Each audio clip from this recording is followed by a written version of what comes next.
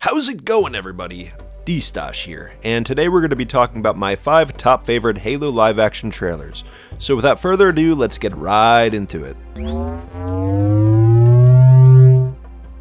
Now, while largely most people prefer gameplay trailers over live-action trailers, I actually think live-action trailers are almost as important as gameplay trailers, and I enjoy them just as much. And that's basically because I feel like live-action trailers are a great way for the studio to present tone. And as I play Halo mostly for the campaign, tone is very interesting to me. Now let's get to our first trailer. Number 5, Birth of a Spartan from Halo Reach. I love this one because it humanizes the Spartans. Their hidden emotions of fear and loss are all highlighted in this trailer. Even though they're towering warriors, they're still just people, and they're just better at hiding their emotions than most. I also love the contrast between the Spartans and the typical Marines, as well as getting a hint of the augmentation process. While the augmentation process for Spartan 3s was far more tame than Spartan 2s, it was still very unnerving to look at. As a fun fact, while the trailer only presents the augmentation process of taking a couple minutes, the actual augmentation process for Spartan 3s took around a week, and while this happened, the Spartans would be unconscious while the drugs were administered very slowly. Number 4, Halo 5's Master Chief trailer. While this trailer certainly wasn't indicative of the final game, this trailer and the Hunt the Truth campaign as a whole arguably had a better plot than the game itself, and this trailer exemplifies it. Chief's menacing tone paired with his accusatory dialogue that seemingly becomes a reflective piece of him reflecting on his own actions culminates on a ruined battlefield in one of Halo's best trailers. Is this what you wanted? Is this what you were looking for? Was everything you've compromised, everything you've done, worth it?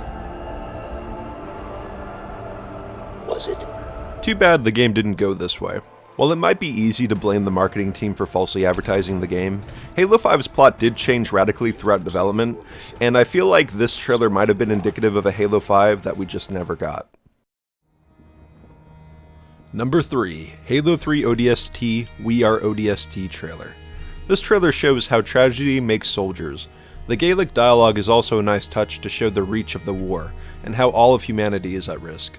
As the trailer continues, we see the gruesome training an ODST undergoes, the drill sergeants acting as ruthless as their alien enemies. The Omaha Beach-like drop pod battle makes me wish the games were this epic, and the subtle ending honoring a fallen comrade is almost poetic to the start of the trailer. Overall, a really great trailer. As a quick little fun fact, the long sought-after soundtrack for this trailer, Light of Iden, was finally released with the King Arthur soundtrack out of all places, so if you finally want to listen to the song without the background noise, you finally can.